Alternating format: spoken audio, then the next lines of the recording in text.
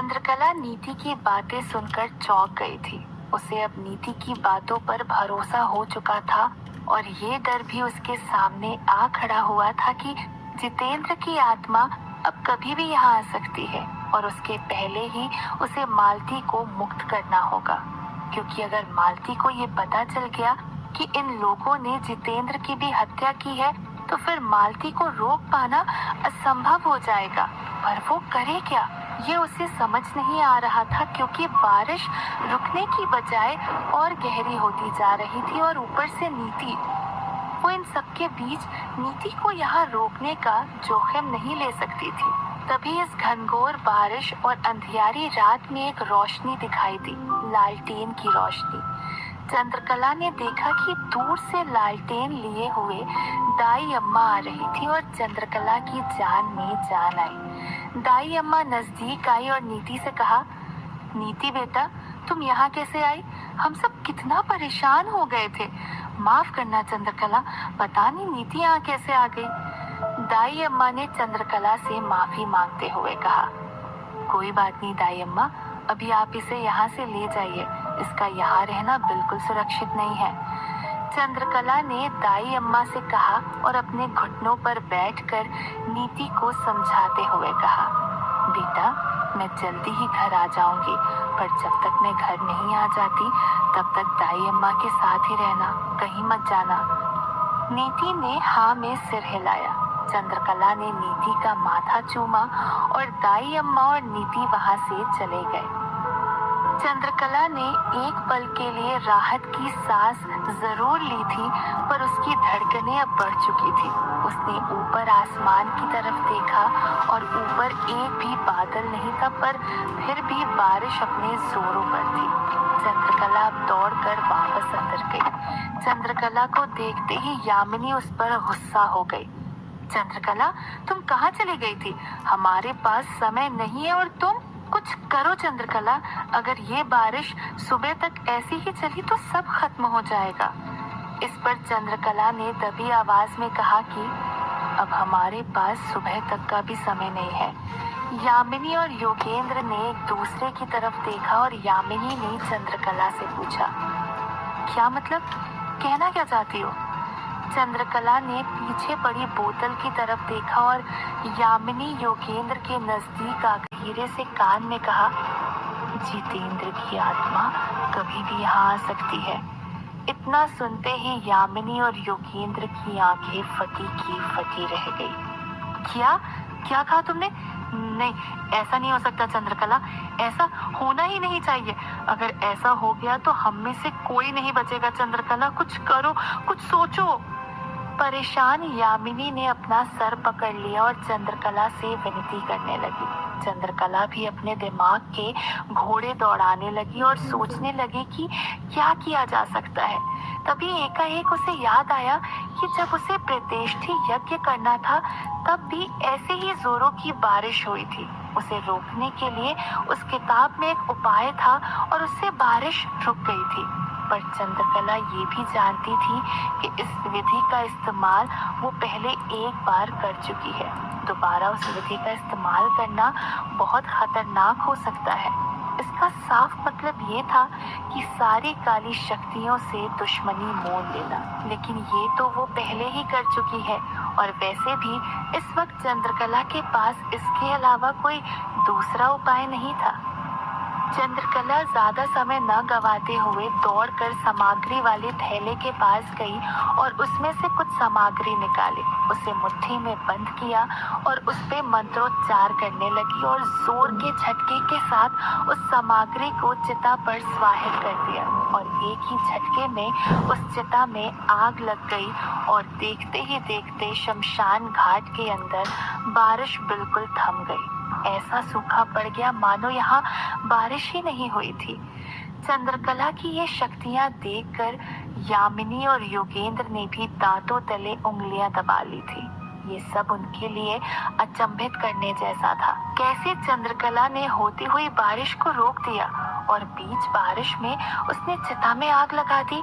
यामिनी को तो आज तक कि चंद्रकला के पास रहस्यमयी शक्तियां हैं, वो काली शक्तियों से बात कर सकती है।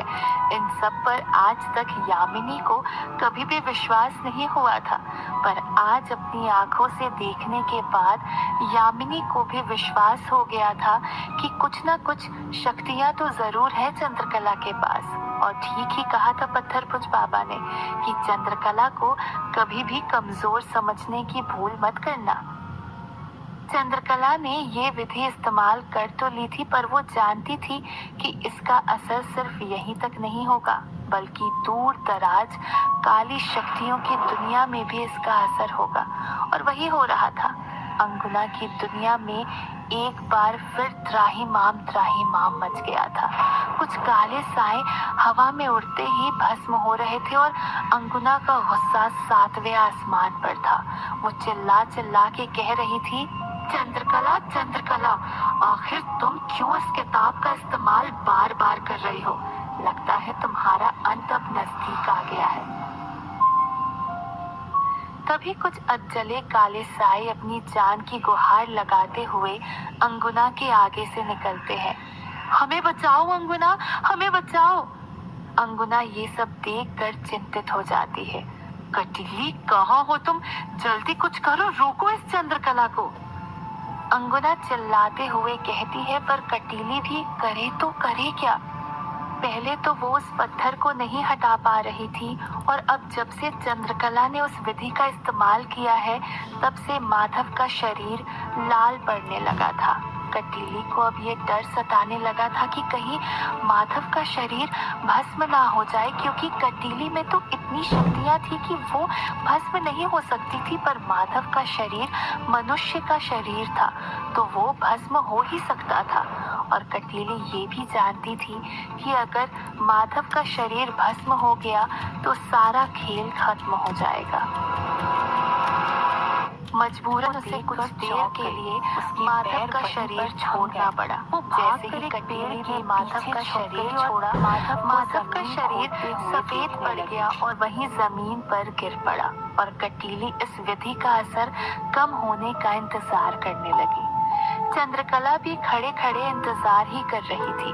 चंद्रकला को ऐसे खड़े देख यामिनी ने उसके पास आकर कहा, चंद्रकला, ऐसे खड़े होने से क्या होगा?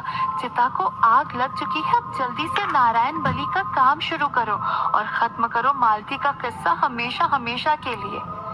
यामिनी ने कुछ चिढ़ते हुए कहा, यामिनी, नारायण बलि करने के लिए मुझे इस चिता की राख और मालती की अस्थियां चाहिए। चंद्रकला ने यामिनी को प्रक्रिया बताते हुए कहा, पर यामिनी के कुछ समझ नहीं आया। उसने पूछा, तो अब यही कि जब तक मालती की चिता की आग ठंडी नहीं हो जाती, तब तक हमें इंतजार ही करना पड़ेगा। चंद्रकला ने फिर से समझाते हुए कहा, इंतजार ही तो नहीं कर सकते ना, पता नहीं कब। मालती जितेंद्र का नाम लेने ही वाली थी कि उसका ध्यान बोतल पर गया और वो चुप हो गई और सब चिता के ठंडे होने का इंतजार करने लगे। इधर चिता की आग ठंडी हो रही थी, उधर कटीली पर उस विधि का असर कम हो रहा था। उसने अब देरी ना करना उचित समझा और वापस माधव के शरीर में प्रवेश कर गई। माधव को ठीक वैसे ही पहले तो एक हल्का झटका लगा और फिर एकदम तेज बिजली का सा झटका लगा और माधव एक झटके में ही उठ खड़ा हुआ, उतनी ही ऊर्जा के साथ। पर कटीली को अभी भी समझ नहीं आ रहा था कि वो उस पत्थर को हटाने के लिए क्या करे। पर तभी उसे वहां से एक राहगीर जाता हुआ दिखाई दिया। उसे समझ आ गया था कि उसे क्या करना है। राहगीर अपने रास्ते से जा रहा था, तभी बिजली की रफ्तार की तरह माधव उसके सामने आ गया। राहगीर बुरी तरह से डर गया था। उसे समझ आ गया कि ये जरूर कोई भूत प्रेत है। वो मुड़ा और वहां से भागने लगा। वो कुछ ही कदम भागा था कि माधव फिर से उसी रफ्तार में उसके आगे आ खड़ा हुआ। राहगीर के पसीने छूट गए और वो हनुमान चालीसा पढ़ने लगा। भूत पिशाच निकट नहीं आवे, महावीर जब नाम सुनावे। माधव को अब उस पे गुस्सा आने लगा था और माधव के अंदर की कटीली अपनी डरावनी आवाज में जोर से चिल्लाई, चुप, बिल्कुल चुप। राहगीर और ज्यादा डर गया। मैंने कुछ कुछ नहीं, वो मुझे जाने दो। राहगीर हाथ जोड़कर भीख मांगने लगा। मैं तुम्हें कुछ नहीं करूंगी, तुम्हें बस मेरा एक काम करना होगा। माधव ने अपनी डरावनी आवाज में लेकिन थोड़ा धीरे कहा, काम? कैसा काम? राहगीर ने डरते डरते पूछा। वो जो गड्ढा दिखाई दे रहा है, उसमें जो लाल पत्थर है उसे हटाना है बस, और मैं तुम्हें चुपचाप जाने दूंगा। माधव ने अपना काम बताते हुए कहा तो राहगीर ने उस गड्ढे की तरफ देखा। गड्ढे से इतनी तेज लाल रोशनी आ रही थी कि राहगीर उसकी तरफ देख भी नहीं पा रहा था। पर इंसान को अपनी जान सबसे प्यारी होती है और राहगीर उस गड्ढे की तरफ बढ़ने लगा। धीरे धीरे वो तेज रोशनी उसकी आंखों में सुई के जैसे चुभने लगी थी। फिर भी हिम्मत करके राहगीर गड्ढे की तरफ बढ़ रहा था।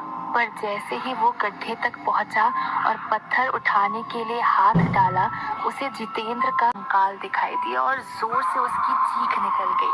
वो उल्टे पांव कुछ कदम पीछे आ गया और माधव से टकराया। मुझे माफ कर दो, मुझे जाने दो, मुझसे नहीं होगा ये। राहगीर माफी मांगते मांगते रोने लगता है। अगर पत्थर हटाओगे तो जिंदा घर जाओगे, अगर नहीं हटाओगे तो कभी घर नहीं जाओगे, माधव ने धमकी देते हुए कहा। राहगीर भी अब और ज्यादा डर गया था।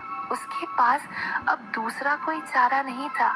इस बार वो धीरे धीरे नहीं बल्कि दौड़ के गया और जाके उस पत्थर को उठाकर दूर फेंक दिया और ऐसा भागा कि माधव को भी नहीं दिखा। और माधव का काम हो चुका था, इसीलिए उसने भी उसे जाने दिया।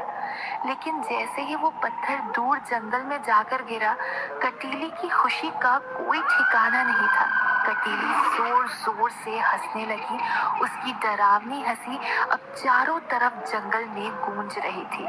वो उस कब्र के पास गई और जितेंद्र के कंकाल की तरफ देखते हुए कहने लगी, उठो जितेंद्र, उठो, तुम्हारे उठने का समय आ गया है। और अब कटीली ये बात जोर जोर से दोहराने लगी, उठो जितेंद्र, उठो, उठो जितेंद्र, उठो। कटीली की ये आवाज अब अंगुना की दुनिया में भी सुनाई देने लगी थी। कटीली के पीछे पीछे अब अंगुना और बाकी काले साए भी यही बात दोहराने लगे थे, उठो जितेंद्र, उठो, उठो जितेंद्र, उठो, उठो जितेंद्र, उठो। और तभी उस कब्र में से एक सफेद झीनीदार रोशनी निकली। ध्यान से देखा तो उस झीनीदार रोशनी में जितेंद्र का धुंधला चेहरा साफ दिखाई दे रहा था। चूंकि अब तक जितेंद्र को 12 साल और 12 दिन नहीं हुए थे, इसीलिए उसका साया सफेद था, क्योंकि अभी तक उसके अंदर अच्छी शक्तियां थी। लेकिन सूरज की पहली किरण के साथ ही ये सफेद साया काले साए में बदल जाएगा। जितेंद्र का साया बाहर निकलते ही जोर जोर से हाँफ रहा था। ऐसा लग रहा था मानो बरसों से उसके सीने पर कोई बोझ रखा हुआ था। लेकिन जैसे ही उसकी नजर माधव पर पड़ी, जितेंद्र गुस्से से लाल हो गया, क्योंकि ये बोझ उसी ने उसके सीने पर रखा था। और उसे सब याद आ गया कि कैसे योगेंद्र और माधव ने मिलकर उसकी जान ली थी। उसका गुस्सा चरम पर पहुंच गया था। वो माधव को मारने के लिए आगे बढ़ा, पर कटीली ने उसे रोकते हुए कहा, रुक जाओ जितेंद्र। माधव के अंदर से कटीली की डरावनी आवाज सुनकर वो चौंक गया।